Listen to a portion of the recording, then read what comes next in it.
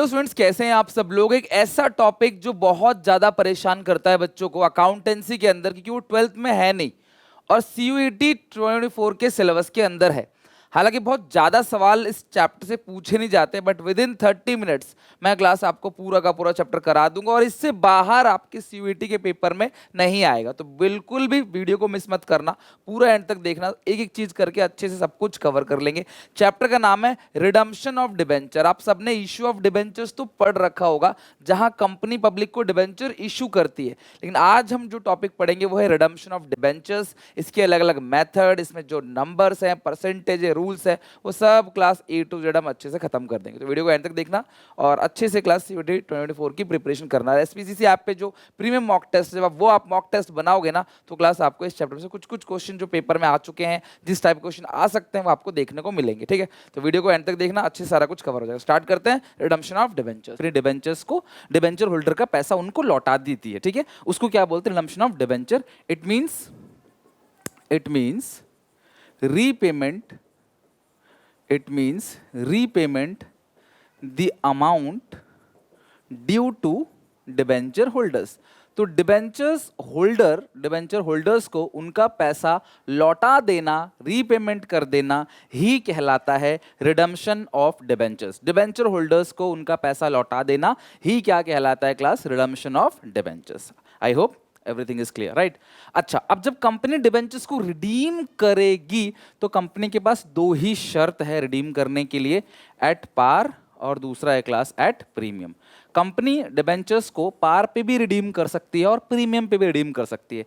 Like company ने जब debenture issue किया तो वो तीनों केस में इशू कर सकती है। इशू कंपनी पार पे कर सकती है क्लास, कंपनी इशू पार पे कर सकती है, कंपनी इशू प्रीमियम पर कर सकती है और कंपनी इशू डिस्काउंट पर कर सकती है। कंपनी जो डिबेंचर इशू करेगी वो पार, प्रीमियम, डिस्काउंट किसी पे भी कर सकती है। लेकिन जब रिडीम किया जाएगा, जब पैसा लौटाया जाएगा, या तो फेस वैल्यू पे लौटाया जाएगा या क्लास फेस वैल्यू से एक्स्ट्रा अमाउंट लौटाया जाएगा। भाई लौटाते वक्त आप कम नहीं दे सकते, इसीलिए क्लास इंडिया में डिबेंचर्स को डिस्काउंट पर इशू नहीं किया जाता, या तो रिडीम नहीं किया जाता क्लास, या तो पार पे रिडीम होगा या तो प्रीमियम पे। लौटाते वक्त या तो आप बराबर लौटाओगे या तो क्लास आप ज्यादा ही लौटाओगे, राइट? अब ये जो प्रीमियम है क्लास, ये कंपनी के लिए रिडम्पशन के लिए घाटा, इसलिए इसको बोलते हैं premium on redemption of debenture. ये कंपनी के लिए नुकसान है, कंपनी के लिए घाटा है। बिकॉज 100 का डिबेंचर था, 10 रुपए फालतू लौटा रही है, तो कंपनी 110 रुपए लौटा रही है, तो ये 10 रुपए क्लास कंपनी का क्या है? नुकसान है। इसको बोलते हैं class premium on redemption of debenture. अच्छा, ठीक है, तो ये हो गया क्लास बेसिक बातें रिडम्पशन की। अब बात करते हैं क्लास रिडम्पशन की जर्नल एंट्री, फिर मैं बात करूंगा मेथड्स के, अलग अलग टाइप के, और क्लास में लास्ट में क्लास हम नंबर्स पे जाएंगे, एंट्रीज पे जाएंगे। बहुत कुछ है आज की क्लास में करने को, ध्यान समझना। जब कंपनी डिबेंचर्स को रिडीम करती है तो कंपनी के पास दो शर्त है डिबेंचर्स को रिडीम करने के लिए। सबसे पहला है क्लास पार और दूसरा है प्रीमियम। तो सबसे पहले क्लास एट पार का देखते हैं एंट्री क्या होगी रिडेम्पशन की। इशू की एंट्री आप सबको होता है bank to debenture application, debenture application to percent debenture, premium credit, discount, debit. Redemption की एंट्री क्लास उल्टी होगी, एंट्री होगी percentage debentures account debit, percentage debentures account debit to debentures holder, percentage debentures account debit to debentures holder account. और अगली entry होगी debentures holder account debit, debentures holder account debit to bank account. हमेशा ध्यान रखना, आपने percentage debenture हमेशा credit देखा होगा, ये फर्स्ट टाइम है जब आप परसेंटेज डिबेंचर को डेबिट देख रहे हो। क्यों? क्योंकि क्लास ये यहाँ पे रिडीम हो रहा है, उल्टा चल रहा है, आप पैसा लौटा रहे हो। और परसेंटेज डिबेंचर हमेशा डेबिट किससे होगा? फेस वैल्यू से। तो एंट्री क्या करोगे class? Percentage debenture account debit to debenture holders, फिर वहीं से शुरू debenture holder account debit to bank. कुछ इंटरेस्ट जैसी एंट्री नहीं होगी, याद करो, interest on debenture, debenture holder to bank, बिल्कुल सेम वही एंट्री है। Percent debenture, debenture holder account debit to bank account. और परसेंटेज डिबेंचर में 9%, 10% जो भी है उसमें हमेशा फेस वैल्यू ही आती है, क्योंकि परसेंटेज डिबेंचर और शेयर कैपिटल दोनों में ही फेस वैल्यू आती है। ठीक है, अगर रिडीम प्रीमियम पे हो गया, अगर ये रिडीम प्रीमियम पर हो गया, फिर आप एंट्री क्या पास करोगे? Percentage debentures account debit premium on redemption of debentures account debit, क्योंकि ये नुकसान है। ठीक है, प्रीमियम और redemption of debentures account debit, like 100 रुपए का फेस वैल्यू, 10 रुपए का premium, personal debenture account debit, premium redemption of debenture account debit to debenture holders account, to debentures holder 110, और अगली एंट्री होगी debentures holder account debit to bank account. अगर आप ऊपर की एंट्री देखोगे और नीचे की एंट्री देखोगे तो अंतर सिर्फ और सिर्फ एक चीज का आपको दिखेगा, और वो है क्लास इसका, यहां पे प्रीमियम और रिडम्पशन डेबिट हो गया, यहां पे ऐसा कुछ था नहीं, तो इशू हो रहा है पार पे और रिडीम हो रहा है क्लास प्रीमियम पे। तो इस तरीके से डिबेंचर होल्डर को यहाँ 100 दोगे, 100 और यहाँ पे 110 क्योंकि यहाँ पे डेबिट साइड प्रीमियम रिडम्पशन भी आ गया है। ये एंट्री वीडियो पॉज करके लिख लो अच्छे से। तो ये हो गया क्लास एंट्री डिबेंचर्स को रिडीम करने के लिए, क्लास ये जनरल एंट्री हो गई, ठीक है। अब बात करते हैं क्लास अगला methods of redemption of debentures. Debentures को रिडीम करने के मेथड्स कौन कौन से हैं, ठीक है, मेथड्स जो तुम्हें पढ़ने हैं of redemption of debentures, methods of redemption of debentures. भाई डिबेंचर्स को रिडीम करेंगे तो हम किस किस तरीके से डिबेंचर्स को रिडीम कर सकते हैं। तो सबसे पहला क्लास है, सबसे पहला भाई लमसम। क्लास लमसम का मतलब क्या है, डेट आई, जिस डेट को जिसका पैसा लौटाना है, 3 साल 4 साल 5 साल 10 साल जितने बाद भी पैसा लौटाना है, जो डेट आई उस डेट पे उनका पैसा उनको लौटा दो, सिंपल। लमसम का मतलब क्या है, जो डेट आई है कि इस डेट पे डिबेंचर होल्डर्स को पैसा लौटाना है, भैया उस डेट पे डिबेंचर होल्डर्स को पैसा लौटा दो इकट्ठा, सारा का सारा। 50 लाख का अमाउंट था, 50 लाख पूरे लौटा दिया, भाई लमसम बोलते हैं इसको, ठीक है। सेकंड आता है क्लास यहाँ पे, सेकंड आएगा क्लास भाई draw of lots. Draw of lots का मतलब लॉटरी सिस्टम, सबके नाम के पर्चे बनाओ, बॉल में डालो, घुमाओ, जिसका नाम पहले आ गया लॉटरी बेसिस कहते हैं इसको, उसको पहले पैसे लौटा दो, इसका नाम बाद में आएगा उसको बाद में लौटा दो। लाइक हमारे पास 50,000 डिबेंचर है तो हम 20,000 अभी रिडीम करेंगे, 20,000 अगले साल रिडीम करेंगे और 10,000 उसके अगले साल रिडीम करेंगे, 3 साल में रिडम्पशन करेंगे। और रिडम्पशन शुरू होगा 5 साल के बाद, तो पहले 5 साल के बाद पहले 20, फिर अगले साल 6 साल के बाद फिर 20, फिर इस तरीके से कैसा भी हो सकता है। ड्रॉ ऑफ लॉट्स मतलब सिंपल लॉटरी बेसिस पे आपको पेमेंट करनी है, इंस्टॉलमेंट बेसिस पे करनी है, सीधी सीधी बात है, थोड़ा थोड़ा करके आपने लौटाना है इंस्टॉलमेंट बेसिस पे, ठीक है। तीसरा है बाय ओपन मार्केट ऑपरेशन, ठीक है, bye open market operation. Open market operation का मतलब क्या है, कंपनी अपने ही डिबेंचर्स को मार्केट से वापस खरीद लेती है। लाइक मैंने डिबेंचर इशू किया सन 2018 में, ठीक है, 2019 में मेरे पास काफी ज्यादा पैसा आ गया, तो मैंने कंपनी से बोला भैया आप अपने पैसे ले लो वापस, मुझे मेरे डिबेंचर वापस दे दो। वो कहती है नहीं हम 5 साल बाद ही लौटाएंगे, तो मैं कहता हूँ थोड़ा फालतू ले लो, दे दो, उसको लग रहा है फायदा है तो वापस दे देगा। जैसे गाड़ी बनाने वाली कंपनी अपनी गाड़ियों को वापस ले लेती है ग्राहक से, ठीक है, अच्छा पैसा देके या जब भी जरूरत हो जैसा भी, तो उसी तरीके से क्लास कंपनी अपने ही डिबेंचर्स को बाय बैक कर लेती है। This is called by open market operation. अब इसके भी बहुत अलग अलग टाइप होते हैं, हमें डिटेल में जाने की जरूरत नहीं है। चौथा है क्लास बाय कन्वर्जन। कन्वर्जन का मतलब क्या है, कंपनी डिबेंचर्स को शेयर्स में कन्वर्ट कर देगी, मतलब तुमको डिबेंचर इशू के बाद में तुम्हारे डिबेंचर्स को शेयर्स में कन्वर्ट कर देगी, ये किसी न्यू क्लास ऑफ डिबेंचर्स में कन्वर्ट कर देगी। This is called class bye conversion. जब कंपनी अपने ही डिबेंचर्स को किसी दूसरी क्लास के डिबेंचर, दूसरी क्लास समझते हो क्या होता है, लाइक 8% डिबेंचर्स है, दूसरी क्लास का मतलब 9% डिबेंचर्स, तो आप अभी तक आपको 8% का ब्याज मिल रहा था, आपके डिबेंचर्स को कन्वर्ट कर दिया 9% वाले डिबेंचर्स में, डिफरेंट क्लास ऑफ डिबेंचर हो गया, राइट, या आपको इक्विटी शेयर्स इशू कर दिए। तो this is called class methods of redemption of debentures. Debentures को रिडीम करने के लिए क्लास फिलहाल ये 4 मेथड क्लास आपको ध्यान रखना है, ठीक है। ओके सर, अब बात करते हैं क्लास सोर्सेस की, ठीक है। अब बात करें क्लास सबसे पहले सोर्सेस की, फिर किसी और चीज पे चलेंगे, ये चीजें क्लास क्लियर हो गई अच्छे से। अब बात करते हैं class sources of redemption of debentures, फिर क्लास चलेंगे अपने रूल्स के ऊपर, ठीक है। अब आओ यहाँ क्लास सोर्सेस कि भाई रिडीम करने के लिए रोकड़ा कहां से आएगा, ठीक है। Sources of redemption of debentures, ठीक है, sources of redemption of debentures. भैया पैसा कहां से आएगा, पैसा लौटाना है। भाई रिडम्पशन ऑफ डिबेंचर्स का मतलब क्या है, डिबेंचर होल्डर्स को उनका पैसा लौटाना है, सिंपल सी बात है। भाई पैसा लौटाने के लिए सोर्सेस कहां से माल आएगा, रोकड़ा कहां से आएगा, पैसा कहां से आएगा, sources of redemption of debentures. Sources में सबसे पहला सोर्सेस है क्लास डिबेंचर्स को पैसा लौटाने के लिए class out of capital. Out of capital ध्यान रखना क्लास, आउट ऑफ कैपिटल का मतलब क्या है कि मान लो 5 साल बाद कंपनी डिबेंचर्स को रिडीम करने वाली है, तो आज मैं जो मान लो पैसे लौटाने वाला हूं, तो आज ही मैं शेयर इशू कर दूंगा, या आज से कुछ दिन पहले मैं शेयर इशू कर दूंगा। शेयर इशू करने से जो मेरे पास पैसा आएगा, इस पैसे से मैं डिबेंचर होल्डर्स की पेमेंट कर दूंगा। ये कुछ ऐसा है कि मैंने आज किसी से उधार लिया, उसको प्रॉमिस किया भाई मैं तुझे अगले महीने लौटा दूंगा, फिर अगले महीने हम किसी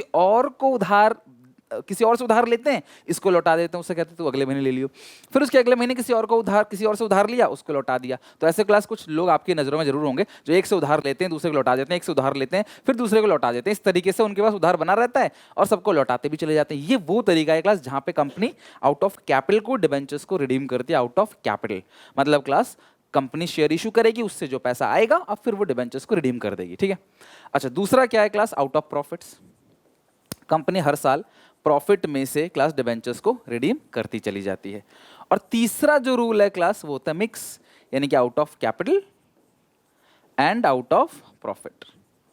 out of capital and out of profit, और इसमें क्लास ये तीन ऑप्शन कंपनी के पास रहता है। आप हमेशा ध्यान रखना, ये तीन ऑप्शन है, out of capital, out of profit. ठीक है, अच्छा कुछ ऐसे डिबेंचर्स होते हैं बेसिकली जो कन्वर्टेबल डिबेंचर्स होते हैं। क्या होते हैं क्लास, कन्वर्टेबल डिबेंचर्स, जो डिबेंचर नियर फ्यूचर शेयर्स में कन्वर्टेबल होते हैं। तो आप ध्यान रखना, बस नाम बता रहा हूं, आगे इस वर्ड का यूज करूंगा।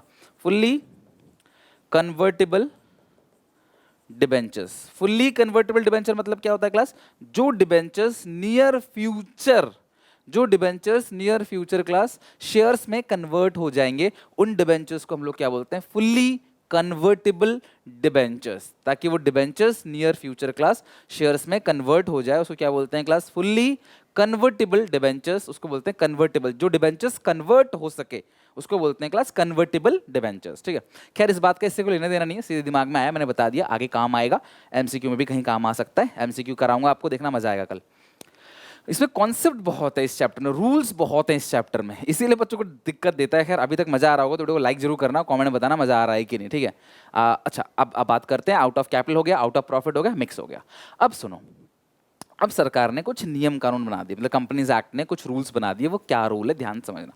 कंपनी ने दो बात बोली। सबसे पहली बात कि भैया मान लो आप इस डेट को डिबेंचर्स को रिडीम करने वाले हो, रिडम्पशन। ठीक है, आप इस डेट को डिबेंचर्स को रिडीम करने वाले हो। रिडीम का मतलब पैसा देने वाले हो। हाँ सर पैसा देने वाले हैं। तो आप पैसा कहां से दोगे, डिबेंचर होल्डर को रिस्क रहता है कि भैया मैं कंपनी में पैसा तो लगा रहा हूं। अच्छा आप किसी को पैसे देते हो तो आपको रिस्क तो रहेगा, नहीं लौटाएगा नहीं लौटाएगा, और आप पैसे उसी को देते हो क्लास जो आपको पता है कि लौटा सके, भले ही कितना अच्छा दोस्त क्यों ना हो। भैया वो गरीब है, पैसा नहीं लौटा सकता, आपको पता है वो पैसे मांग रहा है, तो आप कहीं नहीं कतराओगे। और अगला बंदा पैसे वाला है तो कहीं ना कहीं लगेगा कि यार ये तो पैसे लौटा देगा, तो यार ये तो लेके नहीं भागेगा। तो यही हमारी सोच होती है। हम सबकी कंपनी में पैसा, बड़ी कंपनी है, हालांकि ये ट्रू नहीं है हमेशा, ये सच नहीं है हमेशा, लेकिन फिर भी एक प्राइमा फेसी है, फर्स्ट साइट, पहली नजर में हमें ऐसा लगता है कि यार ये तो पैसे लेके नहीं भागेगा।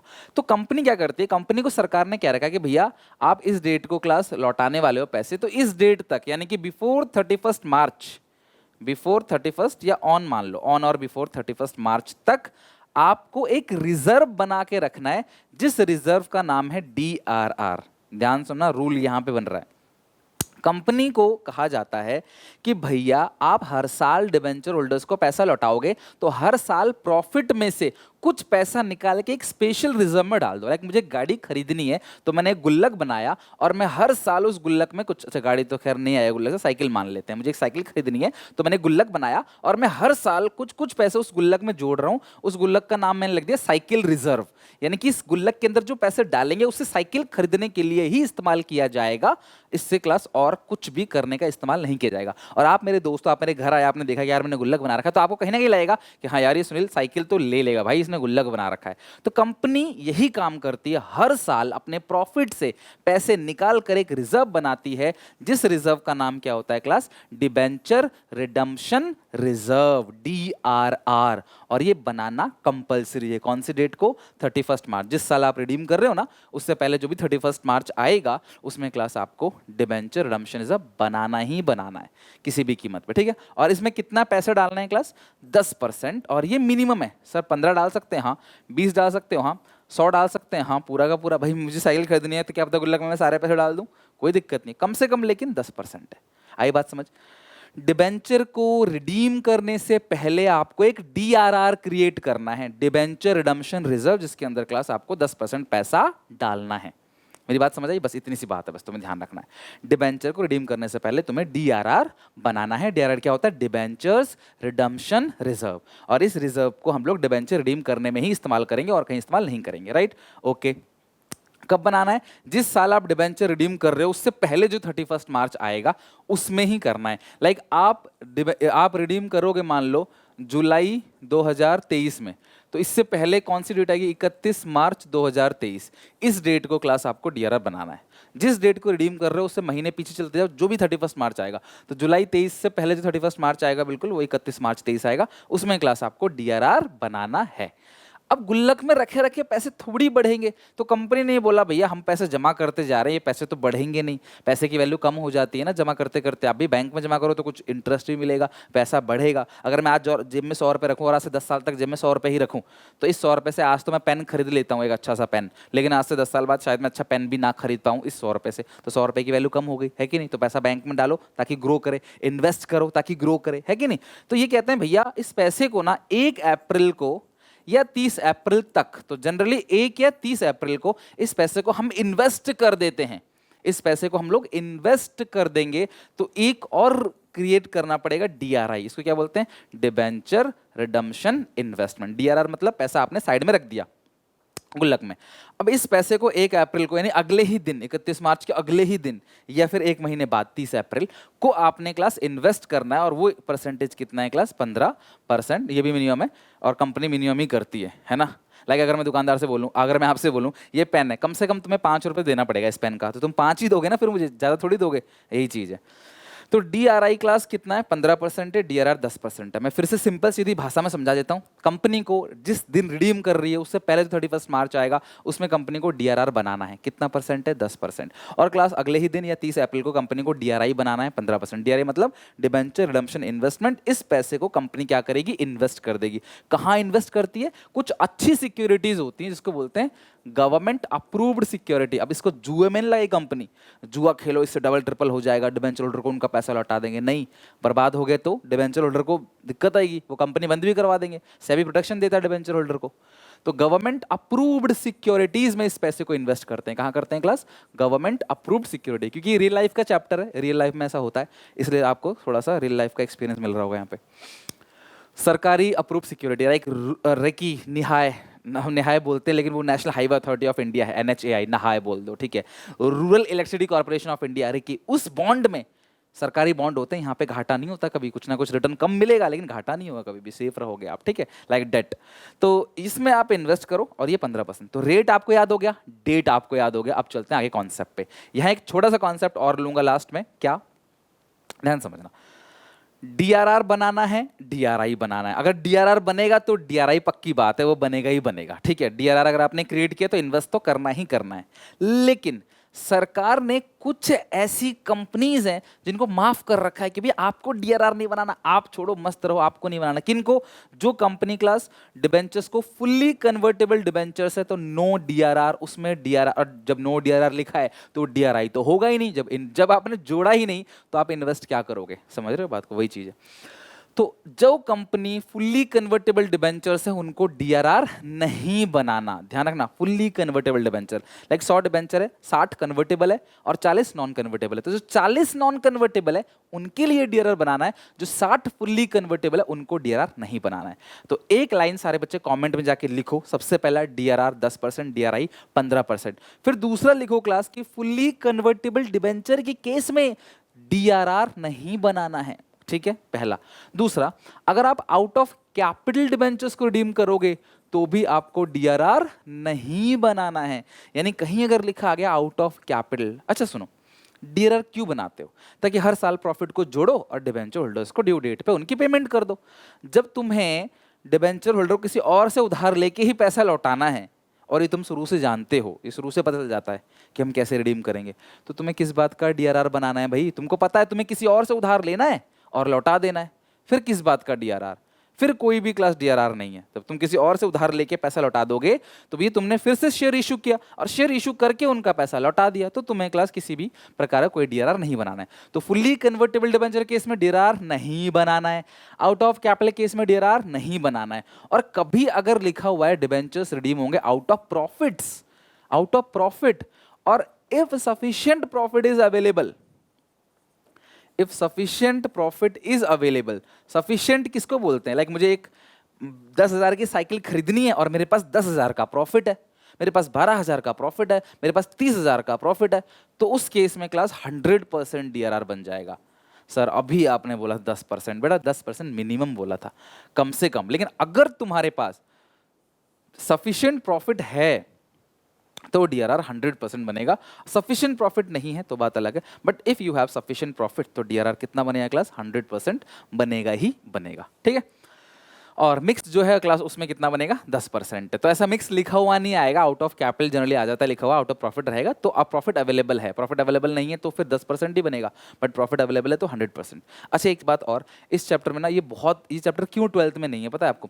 बिकॉज इसके बहुत रूल्स चेंज होते रहते हैं, कहीं 50% डीआरआर था, कहीं 25%, अपन 10% है, तो रूल्स बहुत चेंज होते रहते हैं इसके अंदर, बहुत फ्रीक्वेंटली कंपनीज एक्ट में चेंज होते रहते हैं। इसकी वजह से क्लास 12th में डाला नहीं, बट सीयूईटी में है। और बहुत ज़्यादा कॉन्सेप्ट नहीं, जितना मैं करा रहा हूँ उतना भी कर लोगे ना, उसका अगर 70-80%, 50% भी तुम्हें याद है ना, तो भी तुम इसके सारे क्वेश्चंस निपटा लोगे, ठीक है। तो बस ये हटा रहा हूँ क्लास, स्क्रीनशॉट ले लेना क्लास को, दिखा नहीं पाऊंगा इसको दोबारा। तो ये है क्लास पूरा का पूरा डिबेंचर्स का सोर्सेस। अब फाइनली क्लास चलते हैं एंट्री पे, रूल पे, और हम खत्म करते हैं, ठीक है। चलो अब डिबेंचर रिडम्पशन रिजर्व की क्लास मैंने रूल बता दिया आपको, ठीक है। कितना क्लास बनाना है? 10%। आउट ऑफ कैपिटल रिडीम कर रहे हो तो नहीं बनाना, out of profit, sufficient profit है, आउट ऑफ प्रॉफिट लिखा हुआ है तो 100% बनाना है। क्वेश्चन कल कराऊंगा तो समझ आ जाएगा। और आखिरी बात जो तुम्हें क्लास ध्यान रखनी है वो ये ध्यान रखनी है क्लास, जो फुली कन्वर्टेबल डिबेंचर्स है उनको डीआरआर नहीं बनाना। तो सर डीआरआर की जर्नल एंट्री क्या होती है, ठीक है। तो 31 मार्च को आप डिबेंचर्स को रिडीम 31 मार्च को डीआरआर बनेगा तो उसकी एंट्री क्या होगी? Statement of P&L account debit, journal entry basically यही आपको ध्यान रखनी है, to debenture redemption reserve account, यानी कि डिबेंचर रिडम्पशन रिजर्व क्रिएट हो गया, being debenture redemption reserve created. और जब आप रिडीम कर लोगे, जब आप डिबेंचर होल्डर्स को उनका पैसा लौटा दोगे, डेट ऑफ रिडम्पशन, जिस दिन आप उनका पैसा लौटा दोगे उस दिन इस पैसे को क्लोज कर दोगे। ये डीआरआर को क्रिएट किया आपने, क्रिएट किया, अब क्लोज करोगे, ठीक है। DRR account debit, debenture redemption account debit to general reserve. तो जब डीआरआर को क्लोज करोगे तो आप एंट्री क्या पास करोगे? DRR account debit to general reserve account. तो स्टेटमेंट ऑफ P&L में डीआरआर को मतलब प्रॉफिट से निकाल के पैसा आप डीआरआर को क्रिएट करोगे, statement of P&L account debit to DRR, और फिर एंट्री करोगे DRR account debit to general reserve account, close करने की एंट्री। तो डीआरआर की दो एंट्री पता चल गई आपको। क्रिएट कब करोगे? 31 मार्च को। बंद कब करोगे? जब डिबेंचर का प्रोसेस खत्म हो जाएगा, डिबेंचर रिडीम कर दिया आपने तो इस पैसे को कहां डाल देंगे क्लास? जनरल रिजर्व के अंदर। ये सिर्फ अकाउंटिंग एंट्रीज होती है, रियल लाइफ में क्लास कोई कंपनी पैसा इकट्ठा नहीं करती, ना ये बंद करती है।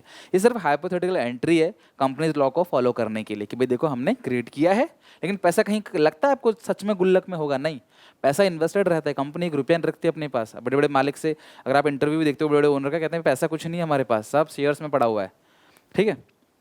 तो ये चीज़ है, statement of P&L to DRR create हो गया और इसे बंद कर दिया डीआरआर टू जनरल रिजर्व। तो अल्टीमेटली क्लास ये डीआरआर कैंसिल हो गया, पहले यहाँ क्रेडिट था फिर डेबिट है। और स्टेटमेंट ऑफ P&L और जीआर दोनों एक ही चीज़ होती है, प्रॉफिट और जनरल रिजर्व एक ही चीज़ है, मतलब आता वो रिजर्व एंड सरप्लस के अंदर ही है, एक ही चीज़ है, एक ही हेड है, बस दिखाने के लिए। देखो मैं तुम्हारे पैसे जोड़ रहा हूँ जेब में तो तुम श्योर रहोगे कि हाँ सर ने पैसा जोड़ा हुआ है, तो बस वही चीज़ है, उसी की एंट्री और कुछ नहीं। अच्छा ये कितना परसेंट है क्लास? 10%। अच्छा डीआरआई जो है वो कितना परसेंट है क्लास? 15% है कि नहीं। अब उसमें जब भी आप 1 अप्रैल या 30 अप्रैल को पैसा इन्वेस्ट करोगे, इन्वेस्ट करने की एंट्री, इन्वेस्टमेंट खरीदने की एंट्री क्या होती है भाई? किसी भी चीज़ को खरीदते हैं तो एंट्री क्या होती है? DRI account debit to bank account.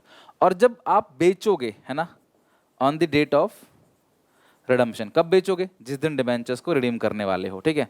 तो उसकी एंट्री उल्टी हो जाएगी भाई, खरीदने की एंट्री क्या थी? DRI to bank. बेचने की एंट्री क्या है class? Bank account debit to DRI account. Simple, खरीदने की एंट्री है, बेचने की एंट्री है।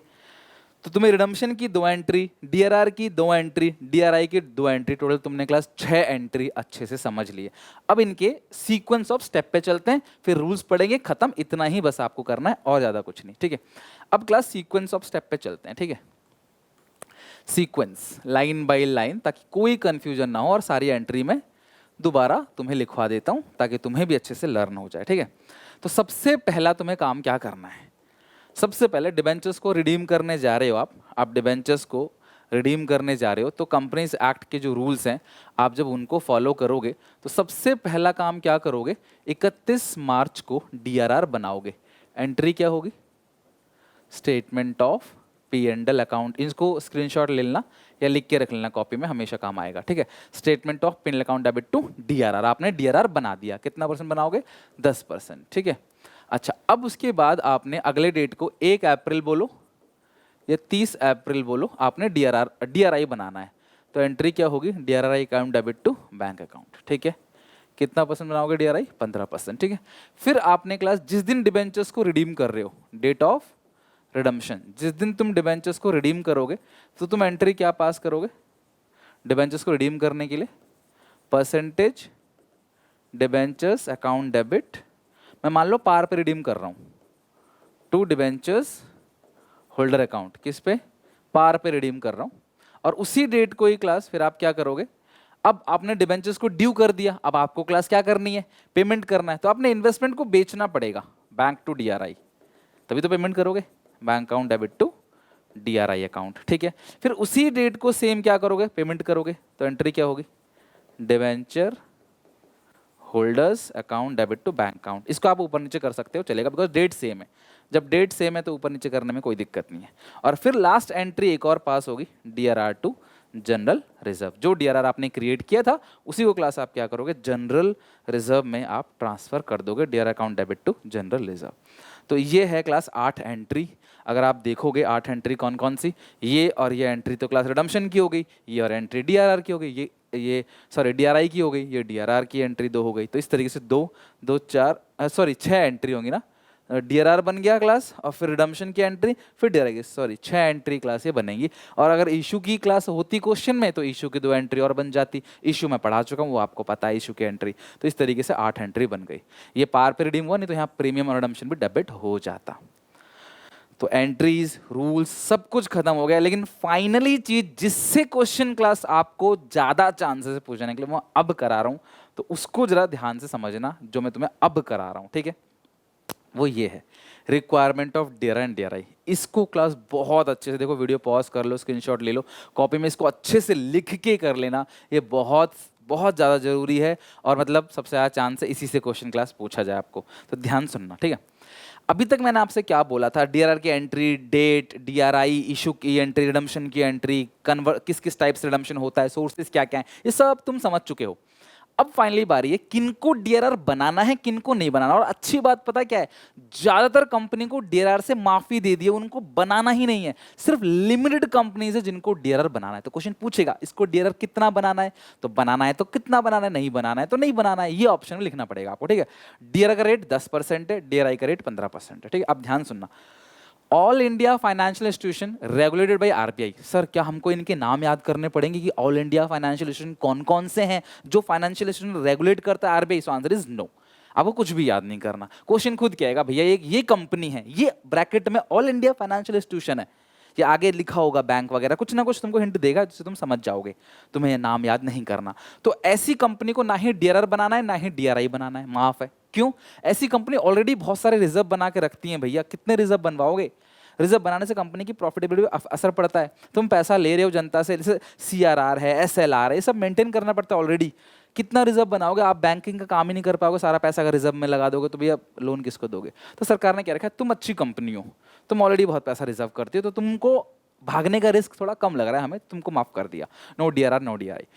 बैंकिंग कंपनी, ये तो बैंक्स हैं, ये ऑल इंडिया फाइनेंशियल इंस्टीट्यूशन है जो आरबीआई रेगुलेट करता है, और ये क्लास खाली बैंक्स हैं, एचडीएफसी वगैरह, तो इनको भी डीआरआर नहीं बनाना है। अच्छा, अदर फाइनेंशियल इंस्टीट्यूशन, तो कुल मिला के क्लास कैसा भी फाइनेंशियल इंस्टीट्यूशन हो, बैंकिंग हो, ठीक है, उनको भैया डीआरआर ना डीआरआई बनाने की जरूरत है ही नहीं, ठीक है।